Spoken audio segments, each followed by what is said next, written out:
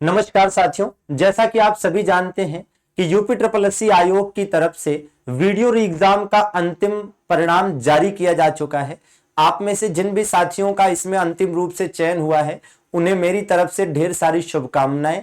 लेकिन साथियों, यह सेशन मैं विशेष रूप से ऐसे साथियों के लिए कर रहा हूं जिनके कट ऑफ से ज्यादा मार्क्स थे, उसके बावजूद उनका लिस्ट में अंतिम चयन परिणाम में नाम नहीं है।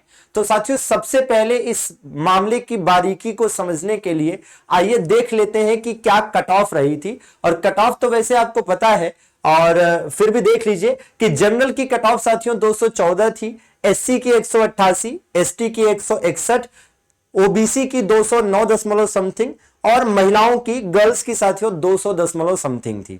तो ये कट ऑफ थी साथियों। जबकि बहुत सारे ऐसे छात्र हैं जिनकी मार्क्स इससे ज्यादा हैं, यह उनका कहना है। जैसे कि कुछ बच्चे हैं, देवेंद्र, अम्बरीश, पंकज, नीरज, प्रदीप, है ना। और एक बच्चा है जिसका कहना है कि सर एससी कैटेगरी से हूं, 199 मार्क्स हैं, फिर भी मेरा इस लिस्ट में नाम नहीं है। तो साथियों, आप देख सकते हैं कि कट ऑफ से ज्यादा इनके मार्क्स हैं और ठीक ठाक ज्यादा मार्क्स हैं, है ना। जैसे 218, 222, 214, है ना। जैसे पंकज नाम का ये साथी है तो 214 मार्क्स हैं इसके, और ये ओबीसी कैटेगरी का है। और 209 पर अगर ओबीसी में हुआ है तो इसके 5 नंबर ज्यादा है कट ऑफ से, फिर भी इसका अंतिम चयन परिणाम में, अंतिम लिस्ट में इसका नाम नहीं है।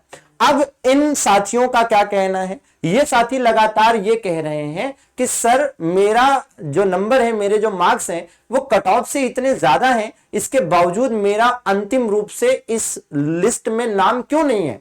तो हमने कहा कि हो सकता है कि कोई बात हुई हो या नॉर्मलाइजेशन का मामला हो। तो बच्चे का कहना है कि सर नॉर्मलाइजेशन कितने नंबर का हो गया, क्या 5 नंबर का, 6 नंबर का, 7 नंबर तक का नॉर्मलाइजेशन हुआ है।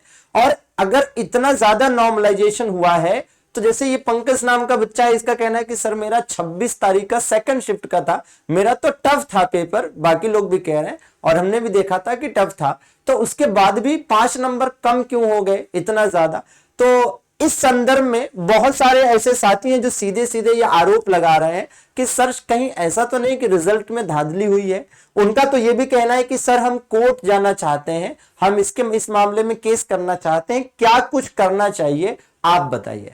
तो हमने कहा कि देखो, केस वेस तो बाद की बात है, पहले एक काम करो, आरटीआई लगा दो, ठीक है ना। आपके अपने मन में जो भी है ना चिंताएं हैं, जो भी डाउट्स हैं, उसको लेकर पहले आरटीआई लगा दो आयोग को, और उसमें आरटीआई में आप आयोग से पूछ लो कि आखिर मेरे मार्क्स इतने थे तो फिर भी मेरा अंतिम रूप से इस चयन परिणाम में, इस लिस्ट में नाम क्यों नहीं है।